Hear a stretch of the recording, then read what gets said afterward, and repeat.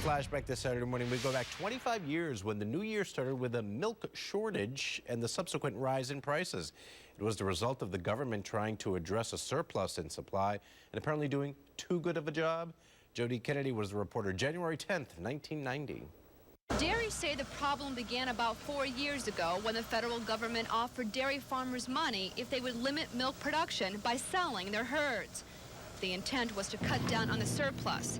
It appears that the government's plan worked too well because now there is a milk shortage. The amount of milk available in New England is shrinking. In the past 4 years, the herds have shrunk by about 20%, but the demand is still there. And as long as that keeps up, the prices are going to go up. Vile says milk prices have been on the rise since July. They've gone up about 35 cents a gallon. Right now, the increase is hurting stores like Tommy Mart in North Kingstown. The money Tom Felicia makes on milk won't even pay to keep the cooler running. I can't justify, spending $2.79, $2.89 on a gallon of milk. If I have to end up selling it for cost, I'll have to take a loss on it. But the increase is hitting consumers the hardest. There's really not much we can do. We need milk, and we have to buy it regardless of the prices. I'm shopping around a lot more.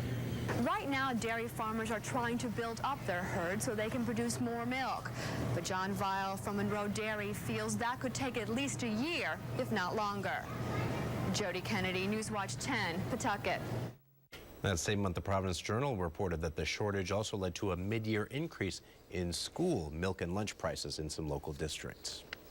Now, a final look at the morning's top news stories on this Saturday morning. 4 vehicles involved in an accident on Atwells Avenue overnight. This happened around 2 this morning. Police told me despite the number of cars involved, the accident overall was minor.